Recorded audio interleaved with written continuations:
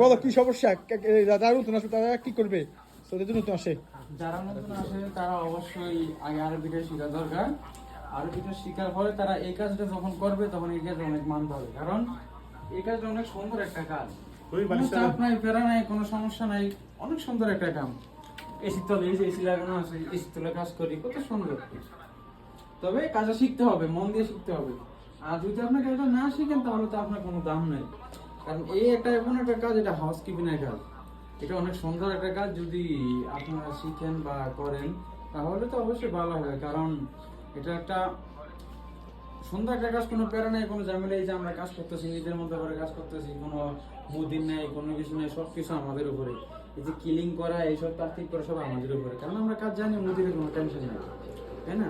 এরকম tension feel করে কাজ করবেন। আর এই কাজটা শিখলে অবশ্যই দাম আছে, কোনো দাম ছাড়া হবে না, কোনো অনেক অবশ্যই দাম আছে এই কাজ শিখলে। সবাই ভালো থাকবেন, সুস্থ থাকবেন, আবার আসবো আগামীকাল। ধন্যবাদ।